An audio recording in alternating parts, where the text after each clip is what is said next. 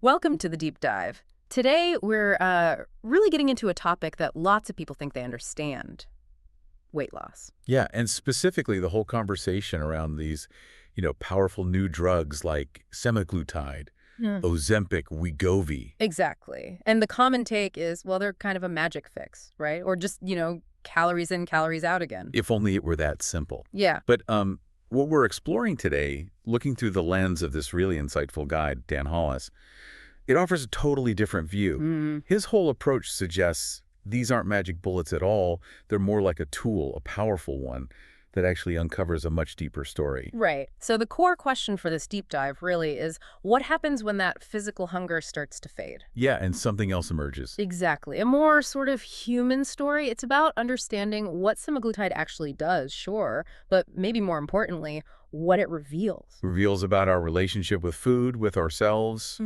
maybe even our past. Totally. So our mission today is to get way beyond just the numbers on the scale. We're looking at the human side, the emotional journey, the psychology of it all, and we're drawing a lot from Dan Hollis's manifesto and reflections on his work. And you'll hear how his approach isn't just about dropping pounds. It's really aimed at, like, reclaiming your relationship with food, your body, yourself. And for you listening, we're hoping to distill some key insights, like why, as Hollis says, willpower was never the problem, That's a big one. and how the real work, maybe, starts after the medication. It could offer a whole new way to look at weight loss, sure, but also personal change in general. So where does Hollis start? How does he get us into this different perspective? Well, that's the interesting thing. He doesn't actually start with the drug. He starts with us. Okay. His core point is this is not a drug journey. It's a human one. Mhm. So right away, he shifts the focus from the pill to the person. Right. He acknowledges semaglutide is powerful, a tool, but its real impact is how it changes how your brain thinks about hunger, satisfaction, even reward.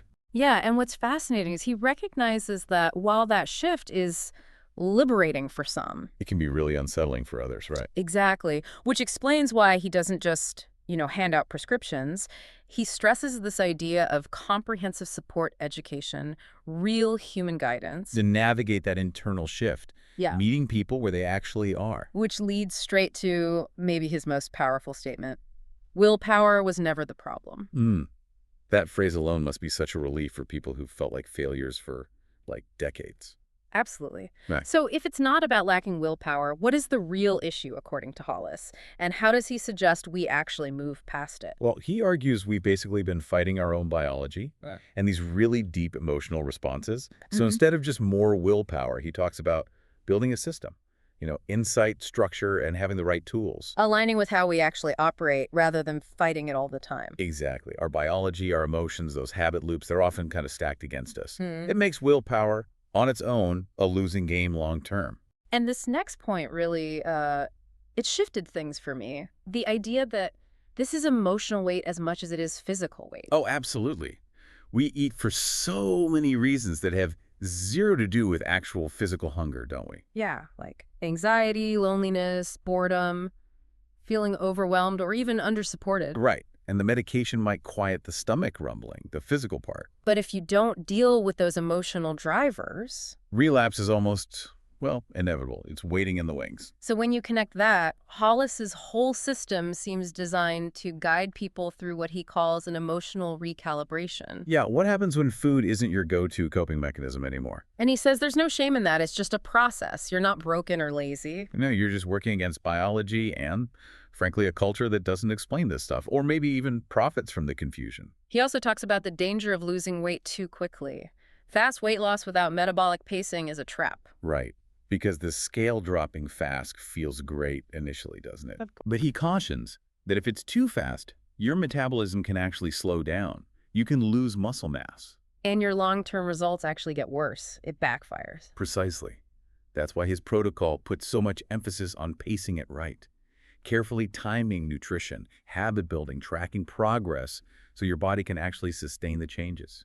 It's a much more holistic view, isn't it? Looking beyond the immediate win to what happens down the road. Yeah, building a sustainable future, not just hitting a short-term number. And that long-term view is so important because, as Hollis points out, this isn't necessarily a forever drug for everyone, is it? No, not always. He says the real work begins after the medication. People stop taking it for various reasons. And if there isn't a solid plan, Uh-huh.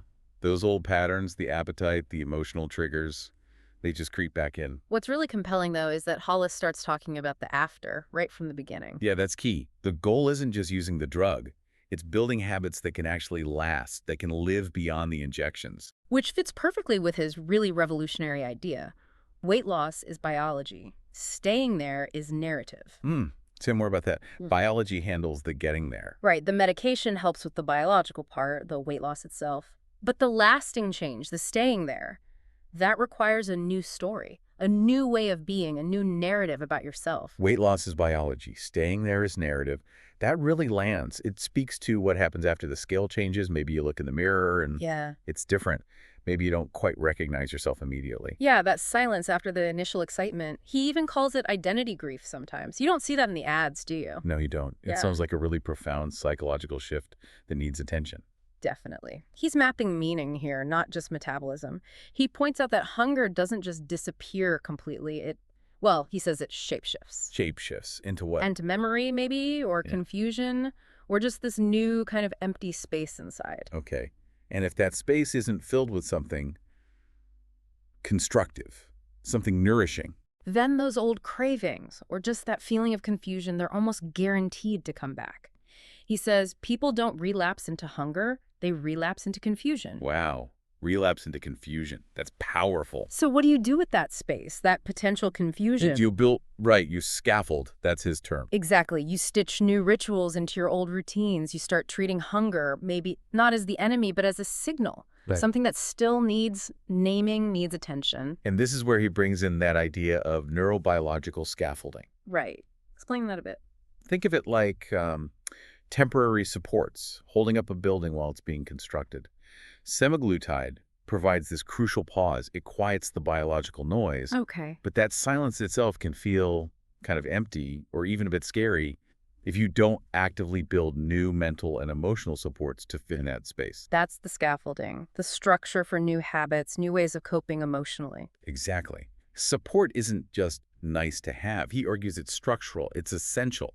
It's why the real work isn't just losing pounds, but maybe stopping the need for food to explain how you feel. Which brings us right to what he teaches about emotional hunger. I always thought hunger was just physical, stomach growling, time for lunch. Yeah, me too, mostly. But Hollis really challenges that. He explains there's this other kind of hunger, and it doesn't live in your stomach at all. He calls it a question, right? Emotional hunger as a question. Yeah.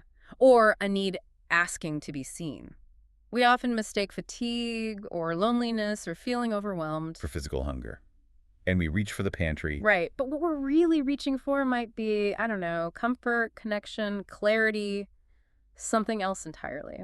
And importantly, he doesn't shame that pattern. He just names it. Which lets you see it differently, not as a weakness, but maybe as misdirected wisdom. He helps you pause, not to beat yourself up, but just to get curious. To ask that question, what am I really hungry for? And this part is critical. Semaglutide doesn't solve the emotional hunger. Right. It doesn't fix the loneliness or the anxiety. No. But it can make the biological noise quiet enough that you can finally hear that emotional hunger properly. It provides the silence that lets you find one, meaning find a real solution to that underlying need. So the real strength is the opportunity it creates to rebuild identity, behavior, emotional awareness, while the intense cravings are temporarily dialed back. Exactly. That's the window. Okay, so if we bring this all together, this deep dive has really shown that true weight loss, at least through Dan Hollis's lens, it's way more than just a physical thing. Oh, yeah.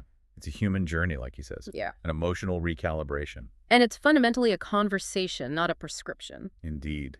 We've seen how semaglutide is a powerful tool, definitely, but it's not a magic fix. It changes how the brain processes hunger and reward. And critically, that willpower was never the problem. It's more about getting insight, building structure, finding tools that actually work with your biology. Yeah, meeting it where it's at. And we also dug into the absolutely crucial role of emotional weight. Mm-hmm. Dealing with the anxiety, the loneliness, the boredom. That's key to preventing relapse, isn't it? Absolutely. Because without tackling that internal stuff, the old patterns are just waiting to come back. Which means understanding the importance of pacing, of building habits that can genuinely live beyond the injections. And recognizing that The real work begins after the medication. That revolutionary idea. Weight loss is biology. Staying there is narrative. We also saw how hunger can shapeshift into confusion. Yeah, and why you need that neurobiological scaffolding, that support structure, to fill the space with something better. And finally, really understanding emotional hunger, not as some kind of failure, but as a question. A need asking to be seen, and how the medication can provide the silence that lets you find a real answer to that need. So here's a final thought, something for you to maybe reflect on. If Dan Hollis is right, if when the cravings stop, the truth begins. What truth might be waiting for you in that newfound silence? Yeah, think about how building a new narrative for yourself could actually change your future. How you can make sure, as he puts it, that biology will not dismantle what psychology has built. What new relationship could you start building with yourself and with food if you really paused and asked, what am I really hungry for?